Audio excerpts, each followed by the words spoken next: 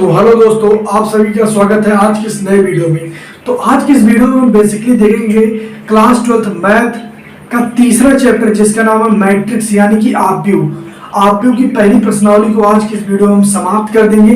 इस एक ही वीडियो में हम पूरा आप्यू समाप्त कर देंगे। आप्यू की पहली प्रश्नावली 3.1 को समाप्त कर देंगे। हम आपकी जानकारी के लिए बता दें, इसका पहले का जो पार्ट था उसमें हमने इंट्रोडक्शन के बारे में जाना था और हमने कहा था कि इस वीडियो को देखने के पहले भाई उसको जरूर देख लेना, क्योंकि जब आप इंट्रोडक्शन देख लेंगे तो क्वेश्चन को सॉल्व करना बहुत आसान हो जाएगा। और जो लोग इंट्रोडक्शन वाली क्लास देखे होंगे बहुत आसानी के साथ सभी क्वेश्चन को सॉल्व कर लेंगे। तो विदाउट टाइम वेस्ट के एक बार देख लेते हैं। एक्सरसाइज 3.1 है, एक ही वीडियो पूरा समाप्त कर देंगे। लेक्चर नंबर 16 है और यह दूसरा पार्ट है। पार्ट 1 में हमने इंट्रोडक्शन को रखा था, ठीक है। तो ये देखिए आप पहला क्वेश्चन है 3.1 का। हमारे पास यहाँ पे बुक है तो मैं बुक से देख ले रहा हूँ, इसलिए मैं पहले इस क्वेश्चन को नोट कर दिया था जिससे आपका टाइम वेस्ट ना हो, ठीक है। तो यहाँ पे देख लीजिए क्वेश्चन है, लेकिन मेरे दोस्त इस क्वेश्चन को सॉल्व कराने से पहले मैं आपको एक चीज बताना चाहता हूँ बस, क्योंकि जो अभी यहाँ पे मैं बताऊंगा ना उस पे काफी क्वेश्चन आपके मतलब इस प्रश्नावली में पूछे गए हैं। तो जैसे देख लीजिए दोस्त, वो चीज देख लीजिए मैं आपको क्या बताना चाह रहा हूँ। जैसे यहाँ पे मान लीजिए कोई एक मैट्रिक्स है, तो इस मैट्रिक्स को हम इस रूप में भी लिख सकते हैं। हमने आपको बताया था जैसे भी ये 2x2 का मैट्रिक्स है, यानी कि इसमें 2 पंक्तियां और 2 स्तंभ, तो इसको हम इस प्रकार से भी लिख सकते हैं।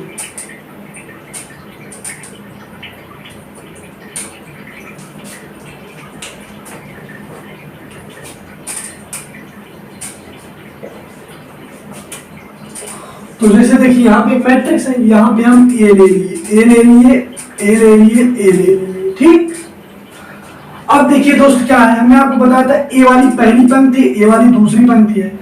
तो क्या करना है आपको A1 1 लगा देना, ठीक है। यहाँ पे क्या है, ये दूसरी पंक्ति है, यहाँ पे 2 2, ठीक है। अब अगर हम इसे स्तंभ में देखें तो ये पहला स्तंभ है, यह भी पहला स्तंभ, ये दूसरा स्तंभ है, ये भी दूसरा स्तंभ। तो कहने का मतलब है हम इस मैट्रिक्स को हम इस प्रकार से भी लिख सकते हैं A11 A12 A21 A22, इस प्रकार से। अगर मैं आपसे पूछूं इस मैट्रिक्स के लिए इसका मान क्या है तो आप क्या बताओगे? इसका मतलब जानते हैं क्या होता है? इसका मतलब ये होता है, ये पंक्ति बताता है, ये स्तंभ बताता है। तो ये क्या है, ये पहली पंक्ति हो गई और पहला स्तंभ।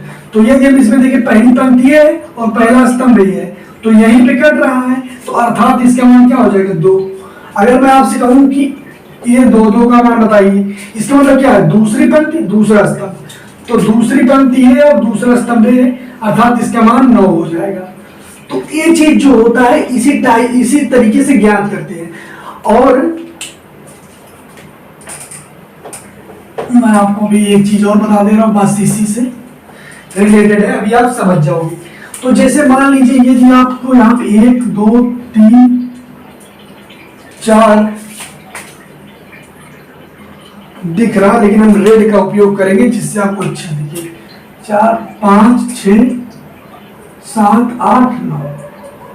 तो यहाँ पे आप क्या लिख सकते हैं, इसको आप इस टाइप से भी लिख सकते हैं A11 A12 A13 A21। अच्छा क्यों 21 लिख रहे हैं, क्योंकि देख लीजिए ये दूसरी पंक्ति है, A22 A22 A3, ये तीसरी पंक्ति हो गई A3 A3। अब देखिए ये पहला स्तंभ है ना, तो इसमें ए करते जाएंगे, दूसरा स्तंभ है 2, ये तीसरा स्तंभ है 3। तो इस प्रकार से बन जाता है। अगर मैं आपसे पूछूं कि A21 का मान क्या है तो ये है, ए इसका मान क्या है तो ये है। तो इसी प्रकार से ये पूछा जाता है। तो इतना आप समझ गए होंगे, ठीक है। तो चलिए दोस्तों, विदाउट टाइम वेस्ट किए हम अपने पहले क्वेश्चन को सॉल्व करते हैं। तो दोस्तों पहले क्वेश्चन को सॉल्व करने के लिए हमें एक आप्यू दिया है। आप्यू इक्वल टू इतना दिया है 2 5 19 -7। इसके बाद दूसरी पंक्ति में क्या है 35 - 2 5/2 12। तीसरी पंक्ति में √3 1 - 5 17। ये है हमारे पास एक आप्यू। और पहले बात इस एक क्वेश्चन जो है हमें आपको दिया है, इसमें हमें 3 क्वेश्चन पूछा है। 3 क्वेश्चन में जो पहला क्वेश्चन है वो पूछा है कि इस आव्यूह की कोटि बताइए। तो हमने आपको बताया था कि आव्यूह की कोटि को आप कैसे ज्ञात करेंगे, तो यहीं पे लिख लीजिएगा आव्यूह की कोटि। हमने आपको देखिए, मैं अब यहाँ पे आपको उतना नहीं समझाऊंगा, जो लोग थ्योरी देखे होंगे इंट्रोडक्शन वाली क्लास उन्हें आसानी समझ में आएगी। हमने आपको बताया था कि यदि आव्यूह की कोटि के तो पंक्ति की संख्या गुणे स्तंभ की संख्या, यही करना है। और इसमें कितने पंक्ति हैं, इसमें टोटल एक पंक्ति है ए वाली, ये है दूसरी पंक्ति और ये है तीसरी पंक्ति, अर्थात इसमें पंक्तियों की संख्या कितनी है 3। अब गुणे लगा दिए, स्तंभ की संख्या कितनी, और हमने आपको बताया था कि स्तंभ है 1 स्तंभ, 2 स्तंभ, 3 स्तंभ और 4 स्तंभ, 1 2 3 4। तो यही इसका आंसर हो गया। आव्यूह की कोटि क्या है 3 गुणे 4। 3 गुणे 4 क्या व्यक्त करता है, यानी कि 3 पंक्ति और 4 स्तंभ है। दूसरा क्या है, अवयवों की संख्या। हमने आपको बताया था जब कोई मैट्रिक्स होता है वो मैट्रिक्स अवयवों से मिलकर बना होता है, और अवयवों की संख्या के अवयव आप ऐसे भी निकाल सकते हो, कुल टोटल गिन लो जितना होगा वही अवयव होंगे, लेकिन जो फार्मूला होता है वो देखिए क्या होता है। अवयवों की संख्या बराबर क्या होता है,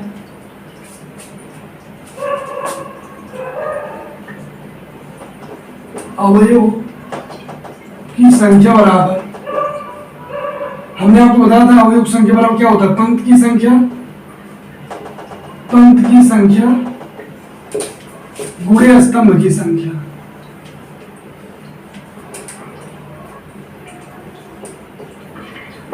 गुणे स्तंभ की संख्या हो गया ना। अब यहाँ पे देखिए पंक्ति की संख्या कितनी है, 3 पंक्ति है, और स्तंभ कितना है, यहाँ पे देखिए क्या है, C1 है, C2 है, C3 है और C4 है, तो टोटल 4 स्तंभ है। तो कितना हो गया 4। अब इसका गुणा कर देंगे 12। तो इसमें क्या है 12 अवयव है। हमने आपको बताया था जब आप कोटि निकालेंगे तो आप यहीं पर रुक जाएंगे, इसके आगे यहाँ 12 नहीं लिखेंगे, यहाँ 3 गुणे 4 ही कर देंगे। लेकिन जब अवयव निकालेंगे तो आप पूरा गुणा करेंगे, ठीक है। पंक्ति और स्तंभ का गुणा करके जो प्राप्त होगा वही होगा अवयव की संख्या। अब देखिए इसमें ए पूछा है, इसी को सॉल्व करने के लिए हमने शुरू में आपको बताया था, ठीक। अब देखिए क्या है,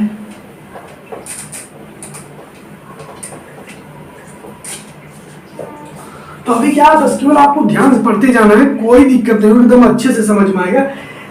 मैं फिर से कह रहा हूँ, अगर इंट्रोडक्शन वाला वीडियो नहीं देखा होगा तो लेक्चर नंबर 15 है, हमने प्लेलिस्ट में लिंक भी दे दिए, आप वहां पे भी जाके देख सकते हो, एकदम अच्छे से डिस्क्रिप्शन में भी लिंक दिया है, कोई दिक्कत नहीं, आराम देखना, वो देख लोगे तो आसानी समझ में आ जाएगा।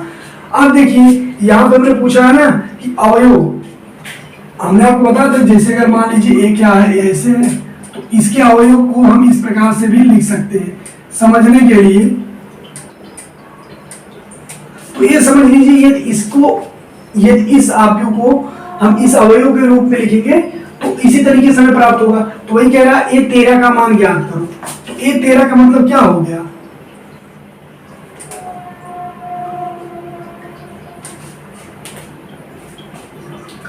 A13 का मतलब क्या हो गया, 1 मिनट रुक जाइए। हाँ, तो जो A13 है, A13 का मतलब क्या हो गया, तो अरे यार, हाँ चलिए, A13 का मतलब क्या होता है, 1 का मतलब होता है पंक्ति, इसका मतलब होता है 3 का स्तंभ, यानी कि पहली पंक्ति और तीसरा स्तंभ। तो पहली पंक्ति है और तीसरा स्तंभ है, अर्थात A13 का मान क्या हो जाएगा 19। दूसरा क्या है A21, A21 का मतलब क्या हो जाएगा, दूसरी पंक्ति है, पंक्ति तो दूसरी है पर स्तंभ पहला है, तो देख लीजिए दूसरी पंक्ति है और पहला स्तंभ है, अर्थात इसका मान ये हो जाएगा 35। फिर देखिए क्या है A33, 33 मतलब क्या है, तीसरी पंक्ति तीसरा स्तंभ। तो देखिए दोस्तों तीसरी पंक्ति ये है और तीसरा वाला स्तंभ ये है, तो जब आप इधर ले जाओगे और इधर आओगे तो -5 आपको मिल जाएगा। दूसरा क्या है, इसके बाद देखिए A24 है, यानी कि दूसरी पंक्ति है और चौथा स्तंभ है, तो दूसरी पंक्ति तो ये है, चौथा स्तंभ ए है, तो यानी कि 12 हो जाएगा। देख लीजिए ये दूसरी पंक्ति है और ये चौथा स्तंभ है, दूसरी पंक्ति है और पहला स्तंभ था, दूसरा तीसरा चौथा, तो चौथा स्तंभ ये, तो यही पे कटेगा तो यही हो जाएगा, तो 12। अब इसके बाद देखिए A23, यानी कि है तो दूसरी पंक्ति पर स्तंभ कौन सा है, तीसरा, यानी 5/2। ये हो गया दोस्त आपका आंसर। अब चलिए देखते हैं दूसरा क्वेश्चन। तो दूसरा क्वेश्चन में क्या दिया है, हाँ इसमें देखिए टोटल कितने अवयव दिए हैं, 12 ना। तो अब देखिए दूसरा क्वेश्चन क्या है। तो अभी आप लोग इस क्वेश्चन को नोट कर लीजिए, इसके बाद मैं अगले क्वेश्चन को बता रहा हूं, ठीक है। तो तब तक मैं वीडियो को रोक दे रहा हूं। अब मैं नया क्वेश्चन नोट कर ले रहा हूं, इसके बाद फिर आपसे मिलते हैं, क्योंकि मैं सोचता हूं टाइम भाई बच जाए, इसीलिए मैं वीडियो को रोक के क्वेश्चन नोट करता हूं। मैं कई बार कहूँ यदि आपको इससे दिक्कत हो तो एक बार आप कमेंट कर दीजिए, मैं विदाउट रोके क्वेश्चन को नोट करूंगा। इससे क्या होगा, बस केवल आपका टाइम लॉस होगा। लेकिन यदि आपको दिक्कत होगी तो आप बताइएगा कमेंट करके जरूर। चलेगा। तो दोस्तों देखिए दूसरा क्वेश्चन क्या है। दूसरे क्वेश्चन में क्या है कि मैं आपको एक बार पढ़ दे रहा हूं कि यदि किसी अवयव में 24 अवयव हैं, कोई अवयव है उसमें 24 एलिमेंट है, तो उसमें संभव कोटियां कितनी हैं। और यदि इसी प्रकार से करें, यदि 13 अवयव दूसरा अवयव है, 13 अवयव है, तो उसमें संभव कोटियां कितनी होंगी। यहाँ पे मैं क्वेश्चन को शॉर्ट में नोट कर दिया हूँ, तो आप समझ सकते हैं, बस केवल समझने के लिए, बाकी आप बुक से क्वेश्चन देखते रहिए। तो देखिए यहाँ पे क्या है, 24 अवयव का मतलब क्या हो, संभव कोटि का मतलब क्या है। मैं आपको एक एग्जांपल के एग्जांपल के द्वारा समझा रहा हूँ। जैसे मान लीजिए मैं आपको कह रहा हूँ 24 नाग हो गए, यदि किसी अवयव में 4 अवयव हैं तो संभव कोटियां कितनी होगी। तो देखिए इसका मतलब क्या होता है कि जैसे 4 अवयव यदि है तो उसको हम कितने प्रकार से मतलब कर सकते हैं, कितने प्रकार से मैट्रिक्स बना सकते हैं, कितने प्रकार से। तो जैसे मान लीजिए, तो पहला प्रकार तो हम इस प्रकार से बना सकते हैं कि उसमें 2 पंक्ति हो और 2 स्तंभ हो, ठीक है। एक इस प्रकार से बना सकते हैं और एक ऐसा बना सकते हैं, मतलब 2 2 2 2 ऐसे बना सकते हैं। या तो कह सकते हैं 2 मतलब 2 पंक्ति हो जाए, या तो एक ही स्तंभ हो जाए, और या तो एक ही पंक्ति हो जाए। तो यदि किसी अवयव में 4 अवयव रहेंगे तो उसे हम इसे 3 प्रकार से बना सकते हैं। लेकिन यहाँ पे क्या कह रहा है कि यदि कोई अवयव उसमें 24 अवयव है तो उसे आप कितने प्रकार से बना सकते हो। तो यही चीज आपको समझना है कि मान लीजिए आप सपोज करें कोई आपके पास एक बड़ा अवयव है, ठीक, 24 अवयव है, उसे आप कितना प्रकार से बना सकते हो। जैसे हमने बताया कि यहाँ पे 4 है, तो इसे आप कितने प्रकार से बना सकते हो, 3 प्रकार से। तो वही आपको यहाँ पे आंसर भी लिखना पड़ेगा। जैसे मैं 4 के लिए बता रहा हूँ, या तो एक पंक्ति हो 4 स्तंभ हो, या तो 4 पंक्ति हो 1 स्तंभ हो, ठीक है, और या तो 2 पंक्ति हो और 2 स्तंभ हो। जैसे यहाँ पे देखिए मैंने बताया ना कि 4 अवयव रहेंगे, 3 प्रकार से बना सकते हैं। कि यहाँ पे देखिए क्या, एक पंक्ति है 4 स्तंभ है, तो यहाँ पे देख लीजिए एक पंक्ति है 4 स्तंभ है। इसमें क्या है, 4 पंक्ति है, 4 पंक्ति है और 1 स्तंभ है। इसमें देख लीजिए 4 पंक्ति है और 1 स्तंभ है। इसमें क्या देख लीजिए 2 पंक्ति है और 2 स्तंभ है। तो इस प्रकार से आप बना सकते हैं। मैं 4 के लिए बता रहा हूँ, तो 24 के लिए मेरे दोस्त कैसे बना सकते हो, अब मैं देखिए इसे बहुत जल्दी से बता दे रहा हूँ, क्योंकि मैं 4 जो एग्जाम्पल दिए 4 वाला, उसे थ्रू मैं आपको समझा दिया हूँ कि क्वेश्चन का कहने का मतलब क्या है। तो देख लीजिए, और एक चीज यदि आप ना भी समझ पाओ तो मैं आपको सबसे सही तरीके बता दे रहा हूँ। 24 है ना, तो बस आप 24 का गुणा करके जाइए। पहला क्या है, एक पंक्ति हो सकता है कि केवल एक ही पंक्ति हो और 24 स्तंभ हो, इस प्रकार से, तब वो इतनी बड़ी बन जाएगा, वो इतना लंबा। तो एक पंक्ति हो सकता है 24 स्तंभ, तो हो सकता है 2 पंक्ति हो तो 12 स्तंभ हो जाएगा। हो सकता है 3 पंक्ति हो 8 स्तंभ हो सकता है 4 पंक्ति हो 6 स्तंभ हो। ये भी हो सकता है कि 6 पंक्ति कर दें, जैसे 6 पंक्ति कर दें और 4 स्तंभ कर दें, ठीक। और हो सकता है कि 8 पंक्ति हो जाए 3 स्तंभ, और जब 8 पंक्ति हो जाएगा तब ये वाला और बड़ा हो जाएगा और ये वाला और पतला हो जाएगा, 3 ही स्तंभ। हो सकता है कि भाई 12 पंक्ति कर दे 2 स्तंभ कर दे, तब ये और बड़ा हो जाएगा, तब मैट्रिक्स कुछ इस टाइप का बनेगा, ये और पतला हो जाएगा। और हो सकता है भाई कि 24 पंक्ति कर दें और स्तंभ एक ही कर दें। तो टोटल इतने प्रकार से मैट्रिक्स को बना सकते हैं जिसमें 24 अवयव रहेंगे। पहला क्या है, पहला तो इस प्रकार से बना सकते हैं कि भाई, पहला क्या है, इतना बना दें भाई इस तरीके से कि एक पंक्ति रहेगा 24 स्तंभ, इसमें क्या है, इसके बाद 2 पंक्ति कर दे तो इतना हो जाएगा, फिर क्या है 3 पंक्ति कर दे तो ये वाला इतना हो जाएगा, 4 पंक्ति कर दे इतना हो जाएगा, 6 पंक्ति कर दे तो आपको इस प्रकार से बनेगा, 8 पंक्ति कर देंगे तो यहाँ बनेगा। तो इस प्रकार से बनता जाएगा और इसके साइज जो है वो छोटा होता चला जाएगा। ठीक है, तो 24 वाला आप समझ गए होंगे और 13 वाला भी आप समझ जाएंगे। 13 अवयव है तो आप क्या कर सकते हैं, 1 मिनट रुक जाओ यार, थोड़ा सा पता नहीं क्यों चल नहीं रहा है। ठीक है, तो 13 पंक्ति रहेगा, 13 अवयव रहेगा तो कितने प्रकार बना सकते हो, एक पंक्ति 13 स्तंभ, और क्या है 13 स्तंभ 1 पंक्ति। इसमें 2 ही चांस बन रहा है, या तो आप एक पंक्ति करिए और 13 स्तंभ इतना बड़ा कर दीजिए, एक पंक्ति और 13 स्तंभ, अथवा आप 13 स्तंभ कर दीजिए और एक पंक्ति कर दीजिए, यही 2 ही है। या तो एक, जैसे यहाँ पे क्या है, यहाँ पे क्या है 13 स्तंभ है और एक ही पंक्ति रहेगा, इजी से केवल एक पंक्ति रहेगा और 13 स्तंभ, और या तो रहेगा एक स्तंभ कर दीजिए 13 पंक्ति कर दीजिए। तो इस प्रकार से रहेगा, आप समझ गए। ठीक है, अब दोस्तों इन दूसरे नंबर वाले क्वेश्चन में मैं काफी समय दे चुका हूँ। ठीक है, तो तीसरा क्वेश्चन जिसमें 18 अवयव, तो संभव होती है कितनी होगी, तब आप समझ लीजिएगा। 18 है तो कितना होगा, या तो एक पंक्ति 18 स्तंभ, या तो 2 पंक्ति 9 स्तंभ, या तो 3 पंक्ति 6 स्तंभ। अब जैसे पंक्ति बढ़ाएंगे तो स्तंभ घट जाएगा ना। अब दूसरा क्या, या तो 6 पंक्ति कर दें 3 स्तंभ कर दें, और या तो 9 पंक्ति कर दें 2 स्तंभ कर दें, और या तो 18 पंक्ति कर दें और एक ही स्तंभ करें। तो इस प्रकार से बन जाएगा। और इसके बाद 5 के लिए पूछ रहा है, तो 5 के लिए क्या है, या तो एक पंक्ति 5 स्तंभ, और या तो 5 स्तंभ 1 पंक्ति। ठीक, तो ये हो गया तीसरा क्वेश्चन। अब चलिए देखिए दोस्तों, देखते हैं चौथा क्वेश्चन। तो मैं आपको बता दूं, रात को 12 बज रहा है, वीडियो बनाने का मन नहीं था, लेकिन मैं कहा हूँ भाई पर डे वीडियो आएगा, इसलिए बल्कि मुझे नींद भी लग रही, लेकिन फिर मैं आपको एक पूरा प्रश्नावली आज की इस वीडियो में समाप्त होके ही मिलेगा। ठीक है, अब देखिए दोस्त, चौथा क्वेश्चन क्या है। चौथा क्वेश्चन बहुत बड़ा है, लेकिन मैं इतना अच्छे से बता दूंगा ना, एकदम मजा आ जाएगा।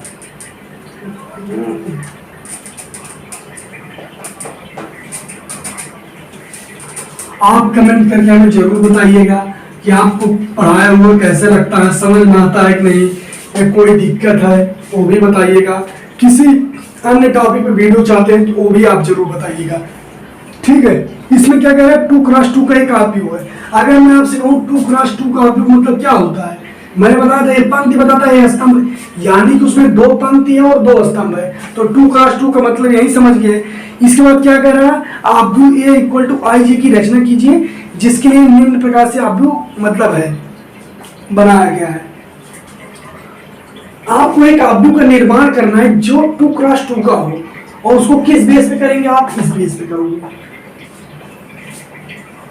यहाँ पे 2x2 का आब्यू बताना है, लेकिन हमें मालूम थोड़ी नहीं क्या आब्यू बनेगा, तो इसलिए हम ये चीज मान लेते हैं। ये 11 21 21 22, यही आब्यू बनेगा ना 2x2 का। यार दिक्कत रहा है, 1 मिनट रुक जाओ, देख लें। हाँ, ये आब्यू बन गया। अब देखिए क्या है, एक फंक्शन दिया, जैसे कई बार होता है क्वेश्चन में कि x और y का मान दिया रहता है, और कहेगा कि इस समीकरण में x y का मान रख करके आंसर बताइए। तो बस वही चीज यहाँ पे क्या कह रहा है कि 2x2 का एक मैट्रिक्स है। जब 2x2 का दे दिया तो यहाँ पे जान लीजिए i और j का मान दे दिया। जो यहाँ पे पहला दिया है चौथे नंबर क्वेश्चन में 3 क्वेश्चन है ना, तो जो पहला क्वेश्चन दिया है ए आई जे जो दिया है ना, आई जे का मान जान लीजिए यही है 11। ठीक है, तो इसी का आधार पे हम रखेंगे और आब्यू का निर्माण कर लेंगे। बहुत सरल है, बस देख लीजिए। तो देख लीजिए, मैं पहला बता रहा हूं आपको। तो क्या दिया है, ए आई जे इक्वल टू क्या दिया है, आई प्लस जे स्क्वायर बाई 2। ठीक है, अब वो बता रहा है कि भाई जो आपको मैट्रिक्स बनाना है वो 2x2 का बनाना है, और 2x2 का मैट्रिक्स इसी पैटर्न पे बनेगा। लेकिन हमें मालूम थोड़ी ना कि यहाँ पे i का मान क्या रखें, j का मान क्या रखें, तो इसी के आधार पर रखेंगे। पहले हम ये 11 ज्ञात करेंगे, तो जब हम ये 11 ज्ञात करेंगे अर्थात i और j का मान एक ही रहेगा। तो हम इसी पे रखेंगे आई का मान 1 और जे का मान 1 और स्क्वायर कर देंगे यहाँ पे 2। तो यहाँ पे क्या हो गया, यहाँ पे हो जाएगा 4, यहाँ पे हो जाएगा 2, तो हो जाएगा 2 मान इसका। ठीक, अब इसका मान ज्ञात करेंगे A12 का। तो आप जानते हो आई का मान रखेंगे 1 और जे का मान 2, यहाँ पे हो जाएगा 2, यहाँ पे स्क्वायर। तो यहाँ पे क्या हो जाएगा 3 ना, तो यहाँ पे हो जाएगा 3 का स्क्वायर बटे 2, तो 9 बटे 2 हो जाएगा कि नहीं, 9 बटे 2 हो जाएगा। ठीक, अब हम देखिए इसका भी ज्ञात कर लिए, इसका भी, अब हम इसका ज्ञात करेंगे। तो देख लीजिए क्या हो जाएगा, ये 21 का मान क्या हो जाएगा। एक मिनट रुक जाइए दोस्त, बस यही क्वेश्चन मैं बता दूं, इसके बाद में मैं इंक भर लेता हूं। ठीक है, ये 21 का मतलब क्या है कि आई इसी में रखना है। मैंने आपको बताया था ना एक्स वाई का मान हमें प्राप्त है, यहाँ ये आई इसको जो है ना एक्स वाई मान ले और समीकरण ये है, जान लीजिए इस टाइप से आप समझिए। तो यहाँ पे क्या है, आई ए है और जे ए है। हमने आपको बताया था कि यदि आपके पास कोई एक मैट्रिक्स हो जब उसकी तुलना करते हैं तो यही प्राप्त होता है ना। तो यहाँ पे क्या है, A21 का मान ज्ञात करना है। तो A21 जो है, तो यहाँ जो 2 है वो जान लीजिए आई हो गया और जो 1 है वो जे हो गया। तो आई का मान क्या हो गया, यहाँ पे देख लीजिए 2 और जे का मान 1, स्क्वायर था स्क्वायर कर दिए, यहाँ पे बटे 2 है 2 कर दिए। तो यहाँ पे क्या है 3 का स्क्वायर बटे 2, यहाँ पे 9 बटे 2 आ गया। और लास्ट वाला देखिए क्या है 2 2 है ना, तो इसमें क्या है आई का मान 2 है फिर प्लस जे का मान 2 है, स्क्वायर कर दिए बटे 2 है। तो यहाँ पे क्या हो गया 4, 4 का स्क्वायर बटे 2, तो 4 चौक 16 हो जाएगा बटे 2, तो यहाँ पे हो जाएगा 8। तो अब क्या, अब का मैट्रिक्स क्या बना हमारे पास 2 क्रॉस 2 का। अब देखिए A11 का मान क्या प्राप्त हुआ, A11 का मान प्राप्त हुआ है 2, A12 का मान क्या प्राप्त हुआ है 9, तो A12 की जगह पे 9 बटे 2 रखेंगे। A21 का मान क्या प्राप्त हुआ है 9 बटे 2, तो यहाँ रखेंगे 9 बटे 2, क्योंकि 21 यहाँ पे है ना। अब देखिए A22 का मतलब जो भी मान होगा वो इधर का ही होगा, तो क्या मान है 8, तो इसका मान 8। तो यही आपका मैट्रिक्स बन गया 2 क्रॉस 2, यही हो गया। इसी प्रकार से आप दूसरा लगा लीजिए, दूसरा बहुत सरल है और दूसरा वाला एकदम अच्छे से बता देंगे।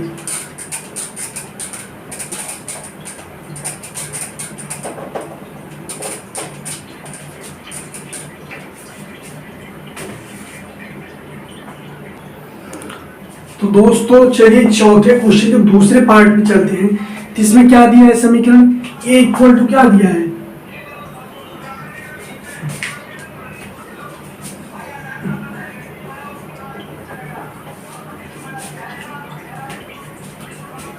हाँ, तो A equal to I J equal to क्या दिया आई अपान जे, और आपको बनाना है 2 क्रॉस 2 का मैट्रिक्स। और 2 क्रॉस 2 का मैट्रिक्स बनाना है, 2 क्रॉस 2 का मतलब क्या हुआ, 2 पंक्ति रहेगा 2 स्तंभ। तो इसको हम क्या कह सकते हैं A11 A12 A21 A22,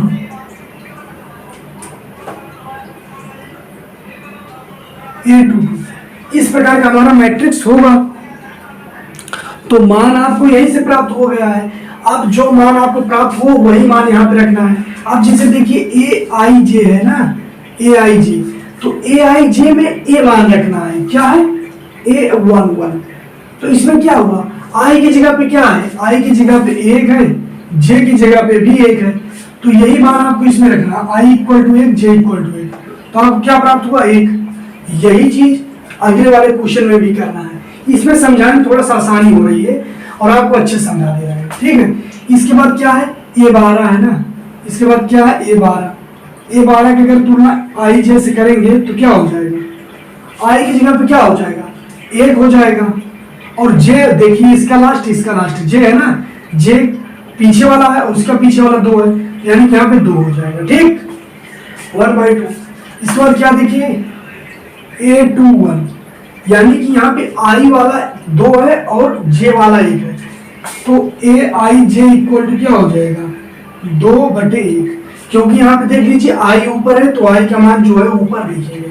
फिर यहाँ पे देख लीजिए क्या है A22, इसके बाद क्या है आई जे, इसके बाद क्या है 2/2, तो यहाँ पे क्या हो जाएगा 1 प्राप्त। अब देखिए जो हमें 2 क्रॉस 2 का मैट्रिक्स मिलेगा वो क्या मिलेगा, यही तो मिलेगा ना। अब इसमें हम मान रख देते हैं A11 का मान कितना प्राप्त हुआ है, यहाँ देखिए A11 का मान 1 प्राप्त हुआ था। A12 का मान कितना प्राप्त हुआ, 1/2 प्राप्त हुआ है। A21 का मान कितना प्राप्त हुआ, A21 का मान 2/1, जो 2/1 है तो इसका मतलब क्या हुआ 2, और 21 यहाँ पे है ना, तो इसका मतलब क्या है, यहाँ पे मान रखेंगे। और देखिए यहाँ पे क्या है 22, यानी कि यहाँ पे, यानी जो आप उसका मान यहाँ पे रखेंगे, तो 22 का मान क्या हुआ है 1, देख लीजिए A22 का मान यहाँ पे। तो दोस्तों चौथा क्वेश्चन है, तीसरा वाला पार्ट आप लगाएंगे, तीसरा आपके लिए है।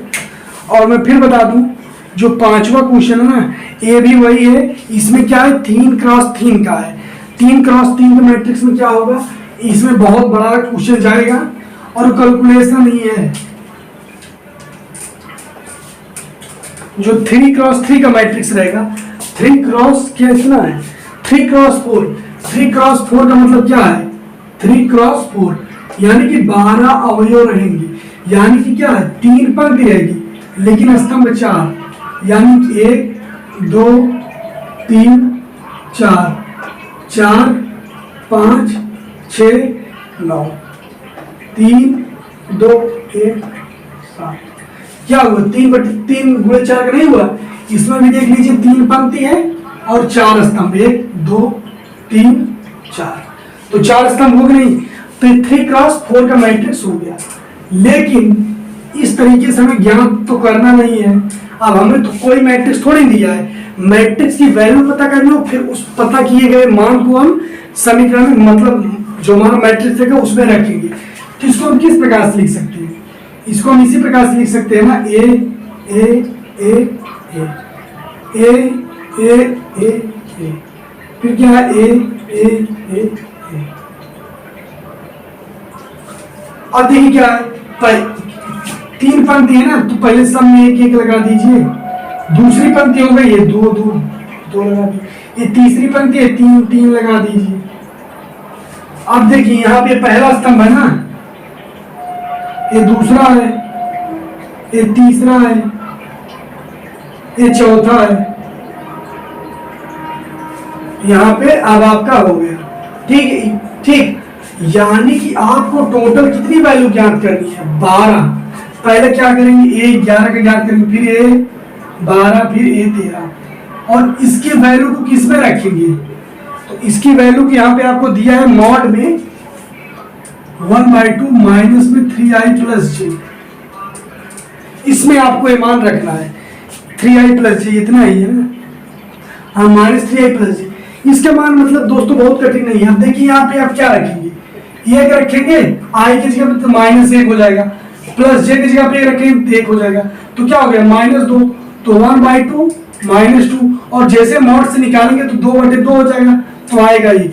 बस केवल आपको यही करना है। इस तरीके से आप A11 का निकालेंगे, A12 का निकालेंगे, A13, इसके बाद 21 22 23 24, इस तरीके से मान आपको निकालना। मैं आपको पहले बता दूं, इसमें जो भी मान आएगा माइनस में नहीं आएगा, मॉड इसीलिए बस एक ही चीज को आपको ध्यान देना है, तो आप बना लीजिएगा। ये बहुत सरल क्वेश्चन है। इसके बाद देखिए, हाँ जो छठवां क्वेश्चन है, यहाँ से आपके क्वेश्चन जो पूछे जाते हैं, और मैं आपको पहले बता दूं, जो छठवां क्वेश्चन ना, इसका दूसरा और तीसरा और 7वां क्वेश्चन, ये बोर्ड एग्जाम में 2 बार क्वेश्चन पूछे गए हैं, तो आप समझ सकते हैं इनकी इंपॉर्टेंस क्या है आपके बोर्ड एग्जाम में। तो इसलिए मैं आपको सोचा मैं बता दूंगा ये।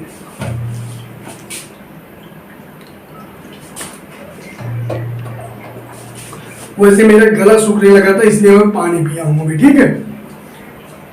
तो चलिए मैं 6वां क्वेश्चन नोट करता हूं, इसके बाद जस्ट मैं आपसे मिलता हूं।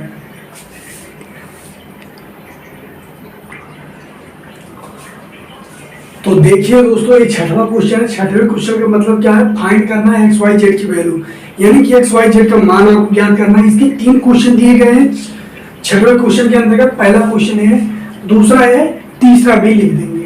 तीसरा क्या है, एक्स वाई जेड का मान ज्ञात करना है। तो ये देख लीजिए 2x2 का मैट्रिक्स ये है,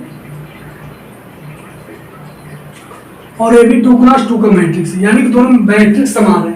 तो हम तुलना करने पे लिख देंगे, तुलना करने पर, जिसमें क्या है, जब तुलना करेंगे y बराबर क्या आ जाएगा 4, x बराबर आ जाएगा 1, X Y Z, Z Z Z, यहाँ पे जेड है, 5 नहीं है, ये जेड है। तो जेड इक्वल टू क्या आ जाएगा 3, यानी क्या हुआ, x का मान 1 आ जाएगा, y का 4 और z का 3। तो ये हो गया आपका आंसर पहले का। ठीक है, इससे तो सरल था। दूसरे से देखिए थोड़ा सा, दूसरा क्या है, x का मान ज्ञात करना, y का मान ज्ञात करना और z का मान ज्ञात करना। ये तो एक तरफ है, दूसरे तरफ में क्या दिया है, 6 2 5 8। अब इसकी भी लिख दीजिए तुलना करने पर। तो जब दोस्तों देखिए तुलना करेंगे तो ए यहाँ पे जाएगा और ए वाला यहाँ पे, और ए वाला यहाँ पे आएगा और ए वाला यहाँ पे। इतना तो आप समझ ही रहे होंगे, तो मैं इसको अब मिटा दे रहा हूँ। ठीक, अब देखिए क्या है, तो तुलना जब करेंगे तो क्या हो जाएगा, x plus Y equal to 6 प्राप्त हो जाएगा, और 5 प्लस जेड इक्वल टू क्या हो जाएगा 5। इसके बाद क्या है, x and y equal to क्या हो जाएगा 8, यही होगा ना। अब देखिए क्या है, 5 प्लस जेड इक्वल टू 5। अगर हम इसको लाए जेड इक्वल टू क्या हो जाएगा 5, और यहाँ पे इस साइड जब जाएगा तो माइनस हो जाएगा, तो जेड का मान क्या हो गया 0 प्राप्त हो गया कि नहीं। ठीक, अब इसमें भी लिख दीजिएगा समीकरण 1, समीकरण 2 और समीकरण 3। ठीक है, समीकरण 2 के द्वारा हम जेड का मान प्राप्त कर लिए। अब हमें एक्स एंड वाई का मान ज्ञात करना है। तो एक्स एंड वाई का मान कैसे ज्ञात करेंगे, तो लिख दीजिएगा from equation first, from equation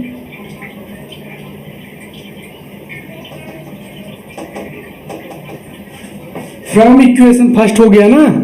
अब जब फ्रॉम इक्वेशन फर्स्ट लिखेंगे तो यहाँ पे क्या है, x plus Y equal to 6, तो y इक्वल टू क्या हो गया 6 माइनस एक्स, भाई x इस साइड आ जाएगा तो प्लस से माइनस हो जाएगा। अब देखिए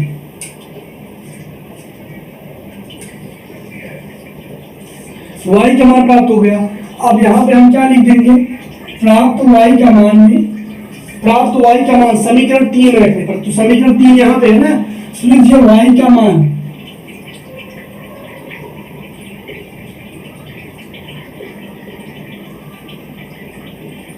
समीकरण 3 में रखने पर y का जो मान है वो समीकरण 3 में रखिए। तो यहाँ पे क्या है, x है, और y की जगह पे क्या है, y की जगह क्या रखना है 6 माइनस एक्स, और इक्वल टू में क्या है 8। तो देख लीजिए क्या हो जाएगा 6x, यहाँ पे माइनस हो जाएगा और इसका गुणा हो जाएगा 3x स्क्वायर हो जाएगा, यहाँ पे 8 हो जाएगा। ठीक, अब इसका गुणा हम यहाँ पे कर लेंगे, तो देख लीजिए जब माइनस एक्स स्क्वायर इस साइड आएगा तो 8 तो यहाँ है, यहाँ प्लस हो जाएगा, इस साइड पे जाकर उस साइड माइनस हो जाएगा, और ये जो प्लस 6x है इस साइड आएगा माइनस 6 हो जाएगा, माइनस एक्स 6x। क्यों, क्योंकि ये प्लस है तो माइनस हो जाएगा, माइनस है तो प्लस हो जाएगा, और इधर बचेगा 0। तो हम इसे इस टाइप से भी लिख सकते हैं। अब ये वाला हम मिटा दे रहे हैं, ये वाला समाप्त हो गया। इसे हम इस प्रकार से भी लिख सकते हैं, X square minus 6x plus 8 equal to 0। अब इसके गुणनखंड हम जब करेंगे तो यहाँ पे क्या हो जाएगा, एक्स स्क्वायर माइनस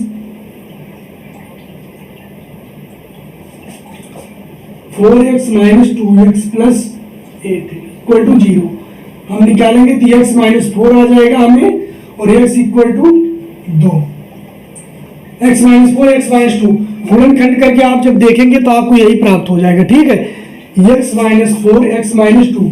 अब देखिए यानी x का 2 मान प्राप्त हो गया, 2 और 4। ठीक, z का मान 0 पहले प्राप्त था, x का मान x का मान 2 और 4 प्राप्त हो गया। अब यहाँ पे देखिए समीकरण 3 में, समीकरण 3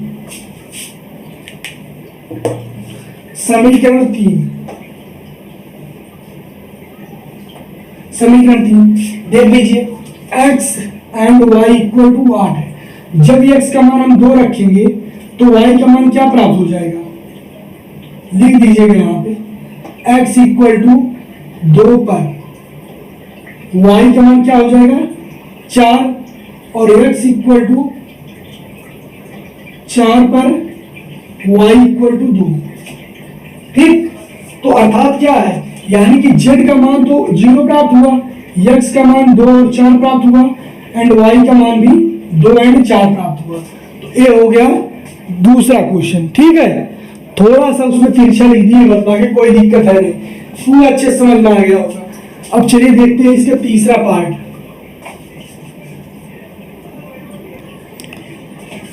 तो दोस्तों देख लीजिए तीसरा है। अब यहाँ से वीडियो ज्यादा लंबा जा रहा है, मैं देखा ध्यान से, तो वीडियो को एक ही में बनाएंगे, लेकिन ज्यादा बड़ा वीडियो को लंबा करने का उद्देश्य नहीं है, तो इसलिए जो मैं क्वेश्चन बताऊंगा थोड़ा फास्ट बताऊंगा। ठीक है, तो देख लीजिए, अब देख लीजिए तीसरा पार्ट है ना, इसमें क्या करेंगे, x plus y plus z equal to क्या दिया है 9, फिर क्या है x plus z equal to क्या है 5, y plus z equal to क्या है 7। अब देखिए समीकरण 2 में समीकरण 1 का मान रख देंगे, तो देख लीजिए क्या है, समीकरण जो 1 है x plus y plus z equal to 9 है ना। अब देखिए समीकरण 3 से, तो y प्लस जेड की जगह पे कितना है, y प्लस जेड की जगह पे 7 है ना, तो y प्लस जेड की जगह पे हम 7 रख दिए। ठीक, यहाँ पे बचा 9, तो x इक्वल टू क्या हो जाएगा 9 माइनस 7, तो x इक्वल टू क्या हो गया 2। ठीक, अब समीकरण 2 लिख दीजिएगा, यहाँ पे आप समीकरण बना लीजिएगा, x इक्वल टू 2 जब रखेंगे तो z इक्वल टू क्या हो जाएगा, जब यहाँ पे x equal to 2 plus z रखेंगे और यहाँ पे 5 रहेगा तो z इक्वल टू क्या हो जाएगा 3। ठीक है, अब देखिए जब z इक्वल टू यहाँ 3 रख देंगे, इधर करेंगे तो y इक्वल टू क्या हो जाएगा 4, तो यानी कि x equal to 2, y equal to 4, z equal to 3। अब देखिए हम 7वें क्वेश्चन पे चलते हैं, तो 7वां क्वेश्चन देख लेते हैं।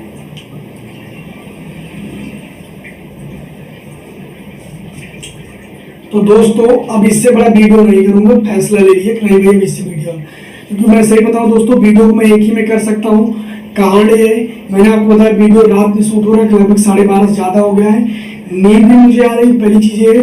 दूसरा सबसे बड़ा कारण है ना, मेरे अंदर बोलने की क्षमता नहीं है, गला मेरा पूरी तरीके से सूख चुका है, इसलिए 6 तक क्वेश्चन इसमें सॉल्व कर लिया है, 7वां क्वेश्चन वहां से हम सॉल्व करेंगे। ठीक है, तो मिलते हैं नेक्स्ट वीडियो में। आपको वीडियो कैसा लगा कमेंट करके आप जरूर बताइएगा, कोई सुझाव देना चाहते हैं जरूर दीजिएगा, फिजिक्स केमिस्ट्री मैथ से रिलेटेड किसी अन्य टॉपिक में वीडियो चाहिए वो भी बताइएगा, और आप इस वीडियो के बारे में क्या राय रखते हैं उसको जरूर बताइएगा, दोस्तों अपने शेयर करिएगा। मिलते हैं नेक्स्ट वीडियो में, तब तक के लिए जय हिंद, वंदे मातरम, बाय बाय।